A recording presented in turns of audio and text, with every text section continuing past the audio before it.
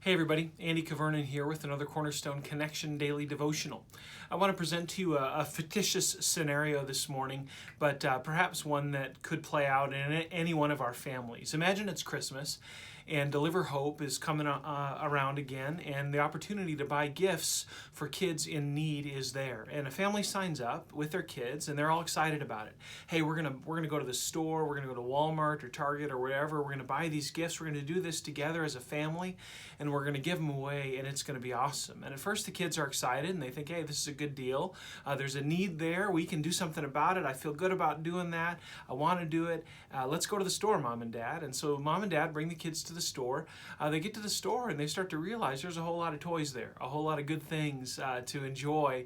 And what's up with us buying stuff for these other kids and I don't get anything from the store? And so the kid starts to throw a fit in the store, and Mom or Dad, maybe both, come up to the kid and say, hey, we're doing this for other people, and we're doing this to represent God to these people, and this isn't about you. But the kid just can't get over it, and they make it about them, and it becomes a miserable experience. The kid ends up getting a timeout when they come home, facing some consequences, and they miss out on the joy of giving during this great opportunity. It really becomes a bummer.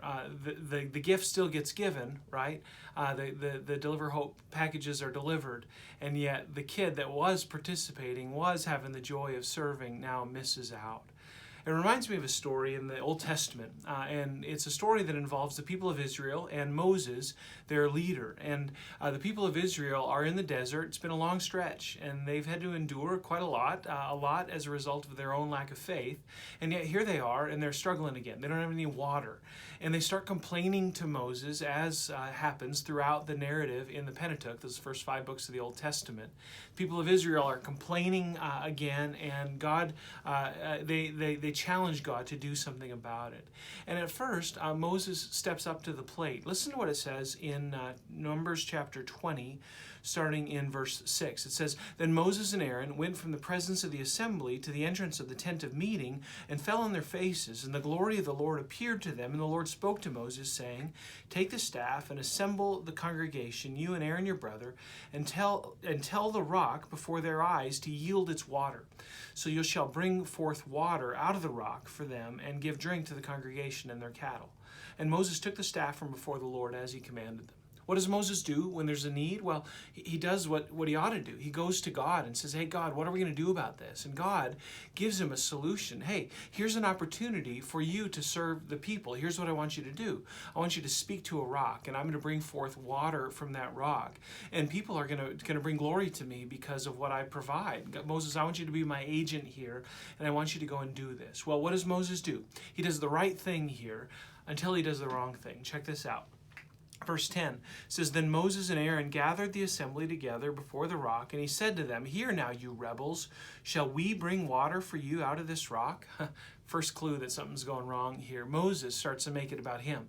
He starts to make it about him and Aaron. Shall we bring forth for you water from this rock? He's not saying, shall God bring forth water for you from this rock? He's saying, shall we? He's making it about him. First sign of trouble.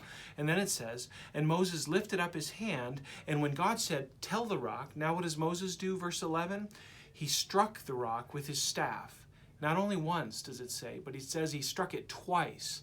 Once, it might have been forgivable. It might have been an accident. Shoot, I slipped, God. I didn't really mean to do that. Yes, that was wrong, but I'm pulling back. No, he did it twice. He did it intentionally. Moses rejected the plan of God and in favor of his own plan. What happens? Well, and it says in verse 11 again, And Moses lifted up his hand and struck the rock with his staff twice, and water came out abundantly, and the congregation drank, and their livestock. What happens? Well, God provides for the people's needs. The people are oblivious to the commands of the Lord. Moses got these commands directly from God at the gates of the tent of meeting. The people didn't know what God had said to Moses. All they knew is that God provided. They got what they needed. God actually was glorified in that process. Listen to what happens. It says when God speaks to Moses, it gives us an indicator. Verse 12, and the Lord said to Moses and Aaron, because you do not believe in me to uphold me as holy in the eyes of the people of Israel, therefore you shall not bring this assembly into the land that I have given them. These are the waters of Meribah, where the people of Israel quarreled with the Lord, and through them he showed himself holy. What did God do? What did we just read? Verse 13? He showed himself holy. His objective was met. The people understood God was holy. That's why they were drinking water. But what happened with Moses and Aaron? They didn't uphold God as holy. It says, because you did not believe in me to uphold me as holy in the eyes of the people. Moses and Aaron didn't do what God asked them. They missed out, friends.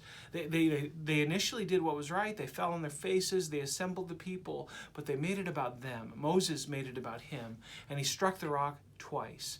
And the Lord still had his way. The people didn't know, but Moses missed out. Friends, my heart for you and for me today is that we wouldn't miss out on the glory and the goodness of being a part of what God is doing. Have trust in this. God will do what he needs to do with or without us. Don't miss out on what he's doing today. Participate with him. Follow his word. Do what he says to do in his word. Take his word at face value. And if you're struggling to know, is this something that I ought to do or I ought not? What does God say in his word? Let that be your guide. And no doubt, as God accomplishes what he sets out to accomplish, you'll have the joy of being a part of it. That's what I want for you, friends. That's what I want for me. And so let's pursue God together as he tells us in his word. Have a great day. And Lord willing, we'll see you again on the Cornerstone Connection.